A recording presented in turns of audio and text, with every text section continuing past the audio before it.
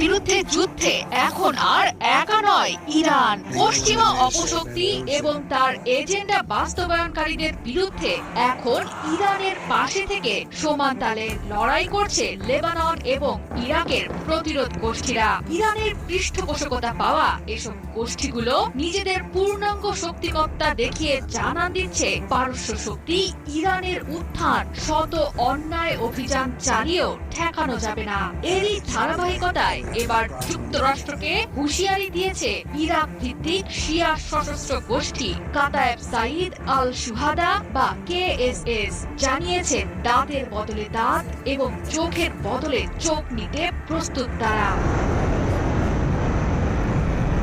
শিয়া ইসলামের কেন্দ্রভূমি ইরানের উপর আমেরিকা এবং ইসরায়েলের যৌথ অভিযানের পাল্টা জবাব দিতে ইরানের পক্ষ থেকে মধ্যপ্রাচ্য জুড়ে হামলা